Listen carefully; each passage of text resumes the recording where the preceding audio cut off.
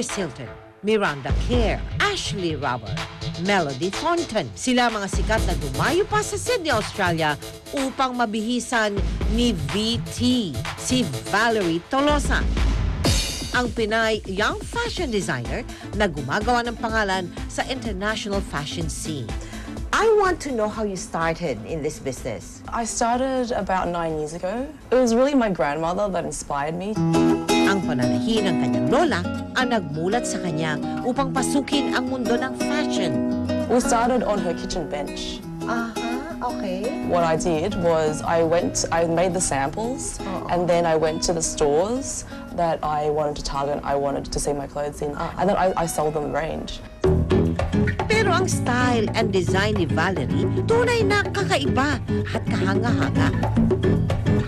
My signature sort of style is, it's very pretty, it's very girly, like lots of lace. Why is that so expensive? Because of the burnout. Kasi yung lace, isa-isa sinusunog. Ayan. It's individually laser cut. Ito, ayan. Tapos sinusunog yon at 380? 30. 330. Alam niyo ba ang tumataginting na 13,000 pesos mahigit ang halaga ng kanyang damit? Nagkalat na rin all over the world ang kanyang Valerie Tolosa label. Just a little bit over 200 stores around the world now. So we're in Hong Kong, Indonesia, the US, Russia, Japan. Siyempre, hindi ko maaaring palampasin na maisukat ang ilan sa kanyang mga creations.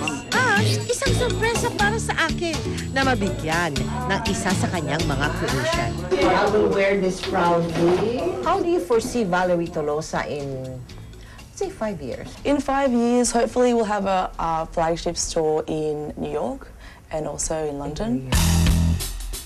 Si Valerie Tolosa at ang mga sikat, isang perfect combination.